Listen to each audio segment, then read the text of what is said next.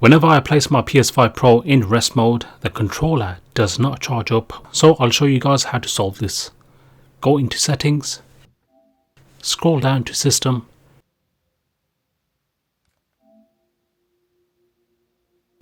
scroll down again and select power saving.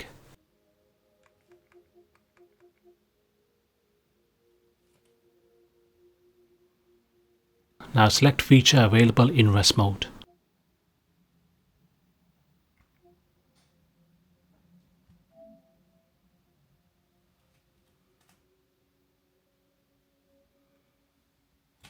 You can see the power to USB ports is off.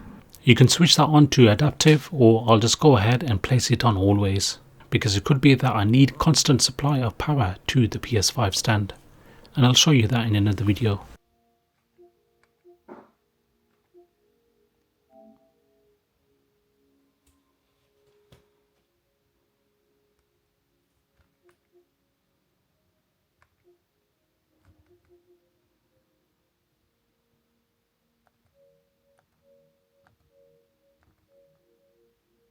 Place it in rest mode, plug it in and let it charge, and you're ready to play. Have fun guys, peace.